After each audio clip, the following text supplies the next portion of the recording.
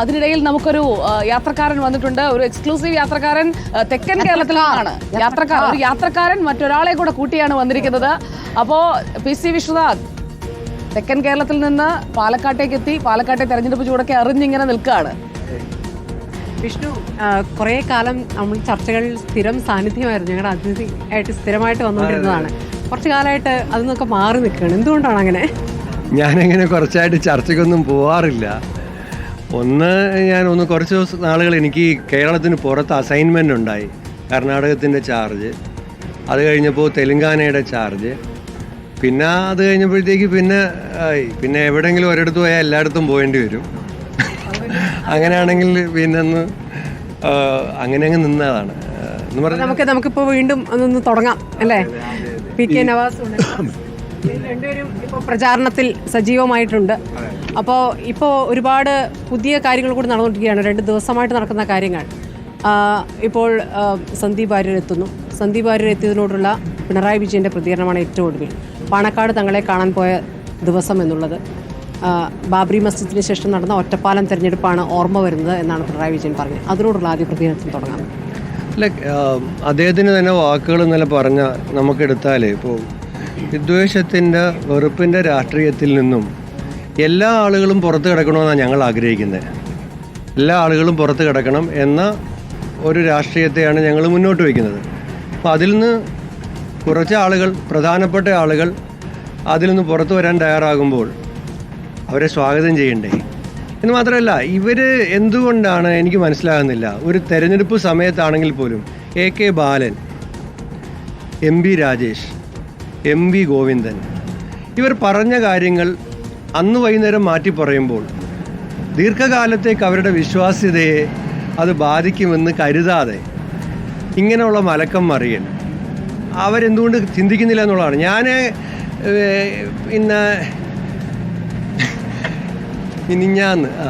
മിനിഞ്ഞാന്ന് രാത്രിയിൽ ഒരു മാധ്യമ സ്ഥാപനത്തിന് AK ബാലൻ കൊടുക്കുന്ന ഒരു ഇൻ്റർവ്യൂ രാത്രി ഒരു 12:30 കാണുകയാണ്.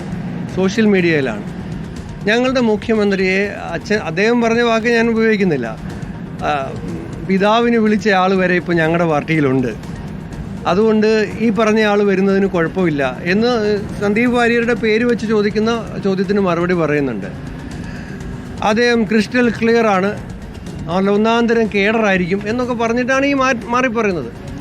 അപ്പോൾ അത് പറയുന്നവരുടെ വിശ്വാസത്തെ കളയത്തതേ ഉള്ളൂ. ഞങ്ങൾക്ക് അതിനകത്തൊരു പൊസിഷനുണ്ട്. ഞാൻ പറഞ്ഞല്ലോ, വിദ്വേഷത്തിൻ്റെയും വെറുപ്പിൻ്റെയും രാഷ്ട്രീയത്തിൽ നിന്ന് ഒരാൾ വിട്ട് നമ്മൾ മുന്നോട്ട് വയ്ക്കുന്ന ആശയത്തെ സ്വീകരിക്കാൻ തയ്യാറായി വരുന്നു. ഞങ്ങൾ സ്വീകരിക്കുന്നു. അല്ല, പക്ഷെ അത് ഈ തെരഞ്ഞെടുപ്പിൻ്റെ ഘട്ടത്തിൽ വേണമായിരുന്നു. എൻ്റെ ചോദ്യം, ഇപ്പം ന്യൂനപക്ഷ വിഭാഗം, പ്രത്യേകിച്ച് മുസ്ലിം വിഭാഗം വലിയ രീതിയിൽ കോൺഗ്രസിനെ സപ്പോർട്ട് ചെയ്യുന്ന ഒരു മണ്ഡലമാണ് പാലക്കാട് മണ്ഡലം. അപ്പോൾ അവർക്ക് വലിയ വേദന ഉണ്ടാക്കിയിട്ടുള്ളൊരു നേതാവാണ് സന്ദീപ് വാര്യർ. അങ്ങനെ ഒരാളെ ഈ തെരഞ്ഞെടുപ്പിൻ്റെ ഘട്ടത്തിൽ ഉൾപ്പെടുത്തുമ്പോൾ ആ വിശ്വാസ്യതയെ അത് ബാധിക്കുമോ? അതൊരു സ്ട്രാറ്റജിക്കൽ എററാണോ? ഞാൻ സാധാരണ TV-യുടെ മുമ്പിൽ ഈ ഇലക്ഷന് വന്നിട്ടേ ഇല്ല. ആദ്യമായിട്ടാണ് ടെലിവിഷൻ ചാനലിൻ്റെ ക്യാമറയുടെ മുമ്പിൽ ആദ്യമായിട്ടാണ് വരുന്നത്.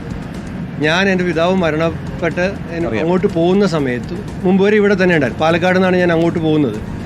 അതിനുശേഷം ഞാൻ ഇവിടെ തന്നെയുണ്ട്. ഞാൻ ബൂത്തിൽ മാത്രം നിന്ന് ഈ തെരഞ്ഞെടുപ്പിൽ വർക്ക് ചെയ്ത ഒരാളാണ്.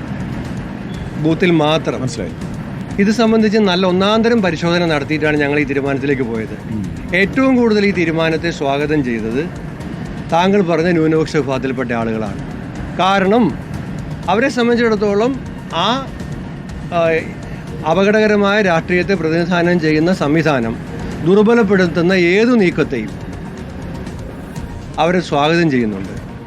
ആ മേഖലകളിൽ നിന്നാണ് ഏറ്റവും കൂടുതൽ പോസിറ്റീവായ പ്രതികരണം ഉണ്ടായത്. എടുത്തു എടുത്തൊരു തീരുമാനമാണെന്ന് വ്യാഖ്യാനിക്കേണ്ട. എല്ലാ തരത്തിലും ആലോചനകൾ ഉണ്ടായിട്ടുണ്ട്. ആ ആലോചനകളുടെയും പരിശോധനകളുടെയും അടിസ്ഥാനത്തിൽ മാത്രമാണ് ഞാനിപ്പോൾ അത്രേ പറയുന്നുള്ളൂ ഈ തീരുമാനമെടുത്തത്. അതുകൊണ്ട് ഒരു നഷ്ടവും ഉണ്ടാകത്തില്ല. അതുകൊണ്ട് ഇന്നലെ തന്നെ ഞാൻ അദ്ദേഹം പറയും. അതിനു മുമ്പ് PK കുഞ്ഞാലിക്കുട്ടി ഈ തീരുമാനത്തെ സ്വാഗതം ചെയ്തത്. ഐക്യജനാധിപത്യ മുന്നണിയിലും ആലോചന ഉണ്ടായതുകൊണ്ട് കൂടിച്ചേർക്കാം.